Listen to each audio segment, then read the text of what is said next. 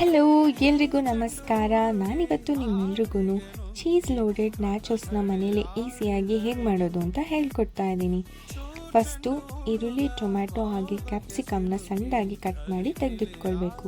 Next ಒಂದು bowl ಒಳಗಡೆ cut ಮಾಡಿ ಇಟ್ಕೊಂಡಿರುವಂಥ ಈರುಳ್ಳಿ, ಟೊಮ್ಯಾಟೊ, ಕ್ಯಾಪ್ಸಿಕಮ್ನ ಹಾಕ್ಕೊಂಡು ಅದಕ್ಕೆ ಸ್ವಲ್ಪ ಸಾಲ್ಟ್, ಚಿಲ್ಲಿ ಪೌಡರ್, ಆರಿಗ್ಯಾನೋ, ಮಯೋನೀಸ್ ಹಾಗೆ ಪಿಜ್ಜಾ ಸಾಸನ್ನು ಹಾಕಿ ಚೆನ್ನಾಗಿ ಮಿಕ್ಸ್ ಮಾಡಿ ಇಟ್ಕೊಳ್ಬೇಕು.